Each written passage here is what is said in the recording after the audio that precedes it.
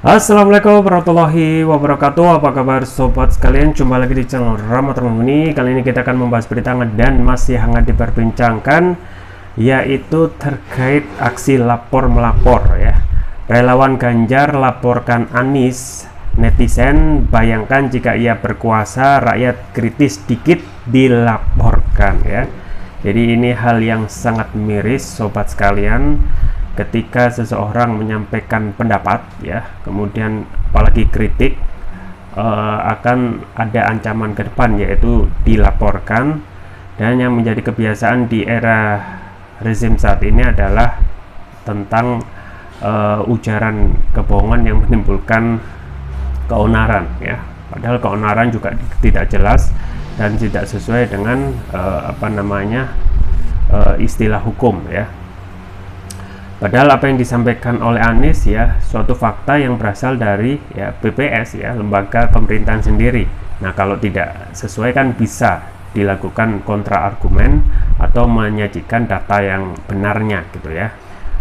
Ini sesuai dilansir oleh glora.co, langsung saja kita baca dan kita ulas. Glora.co, pegiat media sosial Eko Widodo mengomentari laporan relawan Ganjar Pranowo terhadap bakal calon presiden dari Koalisi Perubahan untuk Persatuan Anies Baswedan ya. Bayangkan mau nyapres dilaporkan. Padahal kita ketahui ya, simpul relawan Anies sudah berjubel ya, nggak bisa dihitung. Bakal ada yang namanya perlawanan tentu saja dari relawan Anies kalau ya laporan ini diterima. Nah, saat ini memang ditolak ya, ditolak. Dan GP Center yang melaporkan Anies Baswedan ini coba untuk mengumpulkan bukti-bukti baru untuk melanjutkan laporan ya. Ini sangat miris sekali. Kita lanjutkan. Untuk diketahui, relawan Ganjar Pranowo GP Center melaporkan Anies Baswedan karena membandingkan pembangunan jalan di era Presiden Joko Widodo, Jokowi, dan Susilo Bambang Yudhoyono SBY dalam pidatonya. Adapun pembuat aduan adalah relawan Ganjar yang bernama Haris Mutakin. Namun laporan tersebut ditolak oleh penyidik. Kita sudah melakukan diskusi panjang dan kita mendapatkan beberapa progres. Kebanyakan ini permasalahan data yang disebutkan oleh Bapak Anies ketika pidato di Milad PKS. Katanya kepada wartawan di Barreskrim Polri Selasa ya.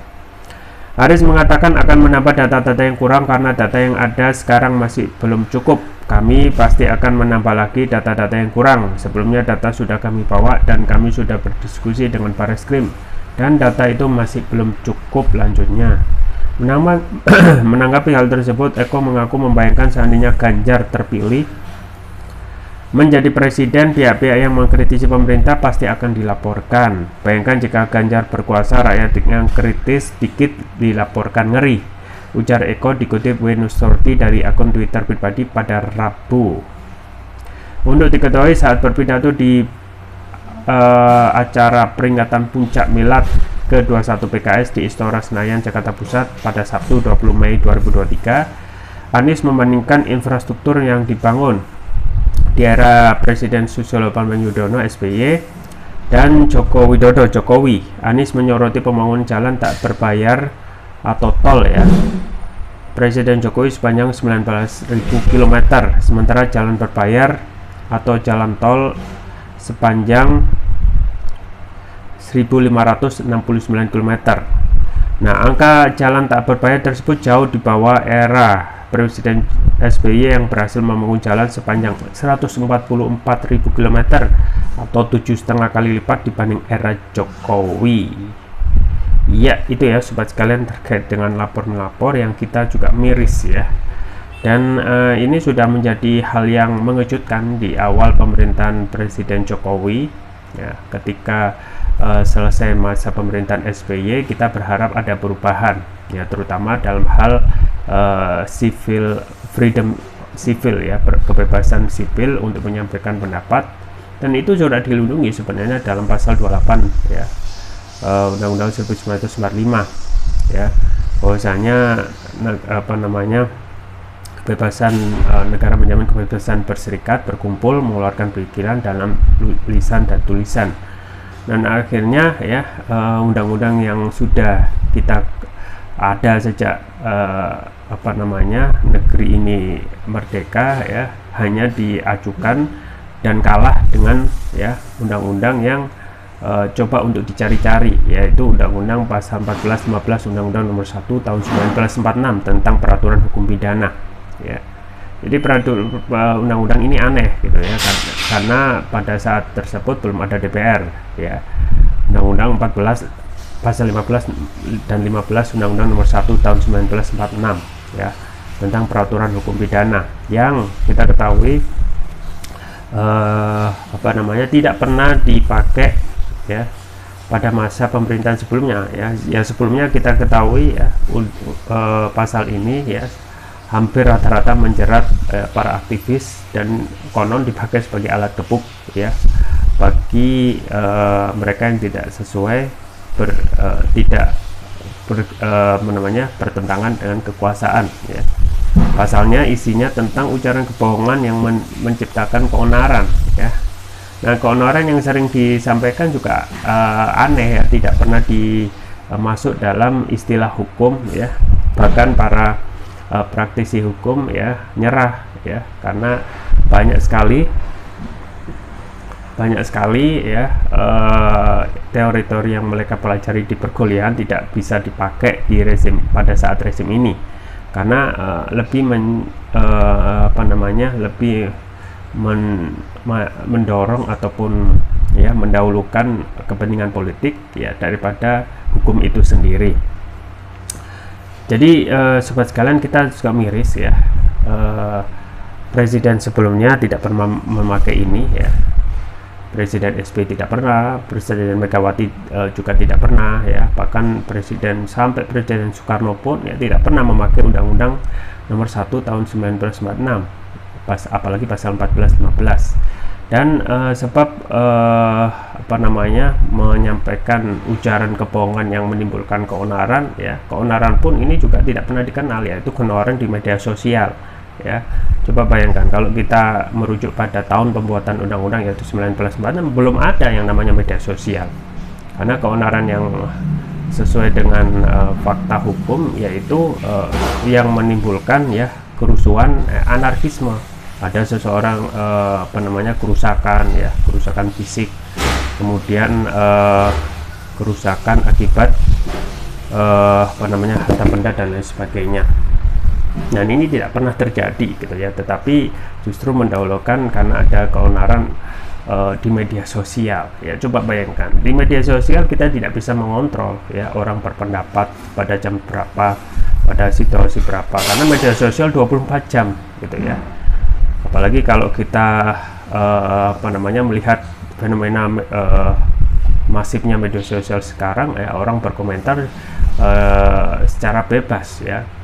Kadang menggunakan akun-akun yang tidak mempunyai identitas ya, kemudian menyampaikan komentar seenaknya ya, dan itu bukan dilakukan oleh segelintir orang, ratusan bahkan ribuan bahkan bisa jutaan ya aktivitas media sosial yang kalau kita mempertautkan ya, mengentertain undang-undang ini ya, maka ya harusnya hampir mayoritas orang akan kena gitu ya, dan penjara akan penuh karena ada aktivitas media sosial yang menyampaikan ya keonaran ya, atau bahkan menyampaikan komentar yang berupa berita bohong ya. Nah, ini aneh gitu ya. Di saat reformasi ya dahulu, ketika Orde Baru ada sifat otoriter yang keras ya, dan setelah reformasi diharapkan adanya perbaikan, yang terjadi malah ya ada kemunduran ya. Ada juga seorang pernyataan pengamat ya menyampaikan kalau dalam orde baru ya, orang misalnya membubarkan ormas itu dianggap otoriter ya. Nah, justru sekarang ketika ormas itu dibubarkan, masih bertanya otoriternya di mana gitu ya. Misalnya PKS, HTI, semuanya dibubarkan dengan di luar due process of law ya. Tetapi ya kalau kita melihat salinan ya putusan, sebenarnya organisasi ini tidak ada putusan pengadilan yang menyampaikan bahwasanya organisasi ini terlarang atau dibubarkan, ya. Jadi memang aneh bin ajaib, ya, di saat kondisi pemerintah ini dianggap diharapkan bisa menciptakan perubahan, ya, dari kondisi sebelumnya, malah kondisi malah semakin terpuruk. Apalagi kalau kita bicara terkait, ya, kebebasan sipil, ya. Freedom House menyampaikan kebebasan sipil kita nilainya 59 dari skala 0 sampai 100, ya. Di bawah 59 berarti kita sudah masuk dalam status negara otoriter, ya. Bayangkan, ya, berarti tidak ada perbaikan di rezim ini, gitu, ya. Nah, ini juga disampaikan bagaimana hanya menyampaikan data, gitu, ya, yang disampaikan oleh Anies dalam pidato, ya, memperbandingkan, ya.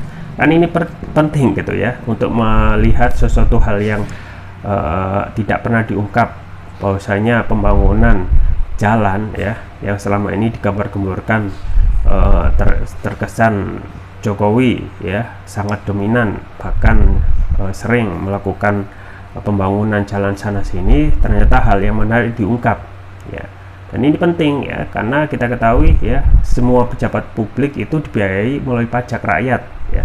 Nah, dibandingkan bahwasanya jalan Jokowi ketika memerintah hingga saat ini itu sebenarnya kalah, gitu, ya, dengan SBY berkali-kali lipat, yaitu datanya yang disampaikan oleh BPS, ya, bahkan ini dari BPS, lembaga pemerintah sendiri, di mana Jokowi dalam membangun jalan tak berbayar, ya, sepanjang 19.000 km, ya, jalan tak berbayar, ya, 19.000 km, artinya jalan tersebut non tol, ya. Sedangkan pemerintah SBY justru membangun jalan lebih panjang 144.000 km, dan ini artinya 7,5 kali lipat dibandingkan era Jokowi, ya. Ini mencengangkan, gitu, ya, karena pemberitaan sekarang yang gembar-gembor, ya, dan terkesan memang hal yang bisa dibangga-banggakan oleh Presiden Jokowi adalah pembangunan infrastruktur termasuk jalan, ya, ternyata hal tersebut dikatakan, ya, tidak ada berarti tidak ada yang sifatnya kemajuan, ya, karena pemerintah atau presiden selanjutnya setelah presiden sebelumnya harusnya lebih baik. Ternyata kita ketahui untuk infrastruktur saja pemerintah Jokowi, Presiden Jokowi kalah. Nah, ini coba untuk dilaporkan, gitu, ya. Nah, kalau ingin menyampaikan bantahan, ya, sampaikanlah dengan data sesuai dengan, ya, data yang ada, gitu, ya. Misalnya sekarang sudah ada data dari BPS, kalaupun salah, ya, sampaikan data yang benar, selesai, gitu, ya.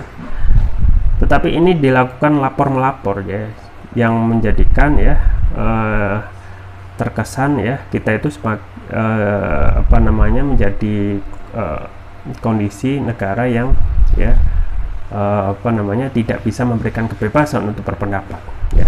Orang, ya, kayak Anies saja dilaporkan, apalagi orang-orang yang di bawah atau yang tidak populer seperti, ya, rata-rata dari kita, ya. Nah, ini tentu saja memalukan, ya, karena demokrasi itu, ya, yang mereka gembar-gemborkan, ya, memberikan kebebasan untuk berpendapat, ya. Dan Undang-Undang 1945 sudah memberikan pijakan bahwasanya negara menjamin kebebasan, ya, setiap individu untuk, ya, berkumpul, berserikat, mengeluarkan pikiran dalam lisan dan tulisan, ya. Tetapi yang terjadi apa, ya, undang-undang ini, ya, pasal 28 yang sudah dilindungi, ya, warga negara untuk berpendapat, malah hanya dianggap angin lalu, ya. Ini juga aneh, gitu, ya. Dan harusnya, ya, relawan GP Center, ya, Ganjar Pranowo harusnya malu melihat relawannya melakukan hal tersebut seperti ini, gitu, ya. Harusnya menegur, gitu, ya. Karena penyampaian pendapat, ya, kritik itu hal yang biasa, gitu, ya. Kecuali yang dilaporkan itu benar-benar, ya, tindakan kriminal, ya, korupsi, gitu, ya, kemudian membunuh, ya, merampok dan lain sebagainya, yang tentu saja itu menyebabkan kerugian fisik. Sedangkan ini tidak, gitu ya, hanya menyampaikan perbandingan, ya, supaya itu tuh rakyat tahu, ya, karena rakyat berhak tahu, karena rakyat membayar pajak, ya, mereka berhak juga untuk menikmati, ya, ketika pejabat publik itu dibayar melalui pajak rakyat, itu bisa melayani, ya, bahkan bisa menjadikan kehidupan itu lebih baik, ya. Nah, ini coba untuk tentu saja ini hal kecil yang justru akan membuat blunder, gitu ya, blunder terhadap apa? Tentu saja dukungan, ya, terhadap hal-hal yang tidak baik seperti ini akan mengalihkan dukungan, gitu ya, dari yang semulanya melihat Ganjar itu, ya, merakyat, justru sekarang memusuhi rakyat, ya, karena rakyat itu kedepannya akan ada ancaman, ya, seseorang yang menyampaikan pendapat ujung-ujungnya, ya, kalau tidak sesuai akan dikriminalisasi, ya. Jadi ini hal yang miris yang harusnya bisa dijadikan, ya, Ganjar Pranowo sendiri sebagai untuk menegur relawannya agar bersikap fair, ya. Nah, kalau seperti ini, ya, berarti sama saja melanjutkan kebiasaan rezim saat ini, ya, Presiden Jokowi yang dalam rezim ini banyak sekali aktivis dan juga ulama ditangkap gara-gara berbeda pendapat atau, ya, tidak sesuai dengan keinginan kekuasaan, ya. Tidak susah saya sebutkan, banyak sekali contohnya. Dan saat ini, ya, bahkan, ya, tokoh-tokoh politik pada saat gencar, ya, aktivis dan relawan ini dilaporkan menyampaikan, ya, misalnya JK misalnya, saya menyampaikan kalau nggak salah, ya, saya tidak pernah merasakan ketakutan seperti ini ketika seseorang itu berpendapat, ya, dengan sangkutannya dipidanakan, ya. Jadi kita harus lebih berpikir untuk menjadikan negeri ini menjadi lebih maju, ya, dengan memberikan kebebasan, ya, berpendapat bagi warganya. Ya, itu saja yang bisa saya sampaikan, semoga bermanfaat. Jangan lupa like, share, dan subscribe. Sampai jumpa lagi. Wassalamualaikum warahmatullahi wabarakatuh.